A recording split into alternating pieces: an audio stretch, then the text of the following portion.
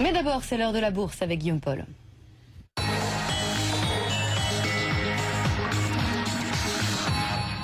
Bonjour Guillaume. Bonjour Roselyne. Alors ce matin, c'est calme, c'est très calme. C'était une semaine absolument épouvantable. Roselyne, il ne s'est absolument rien passé à la bourse de Paris tous les jours et c'est encore le cas évidemment aujourd'hui. Regardez le CAC 40 pour l'instant proche de l'équilibre. Allez, moins 0,05%, 3701 points. Alors cela dit, on a quand même eu des bonnes nouvelles ce matin en provenance de Chine. Des chiffres qui nous indiquent que la croissance devrait être aux alentours de 7-8% cette année. Ça fait rêver. Surtout, vous savez que si ça se trouve en France, en Europe, on se rapproche de zéro dans le meilleur des cas si on n'est pas en récession. Donc c'est pas très joyeux. Cela dit, c'est pas perdu pour tout le monde, hein, pour les grands groupes qui sont présents à l'international, qui se disent on va pouvoir au moins profiter de la croissance en Chine pour exporter nos produits. Vous allez voir que ça dope quelques valeurs.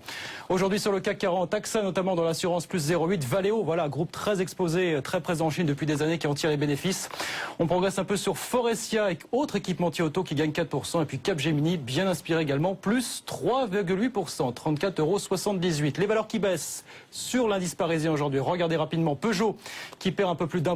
On perd un peu plus d'1% sur EDF également. Et puis vous voyez, la lanterne rouge, c'est Michelin qui a du mal aujourd'hui, moins 2,6%. On est juste sous les 70 €. Voilà pour l'instant, après 3 quarts d'heure de cotation, pas de tendance à Paris. C'est comme ça depuis le début de la semaine. Moins 0,04%, 3701 points. Et nous, on refait un point dans une heure sur BFM TV. À tout à l'heure.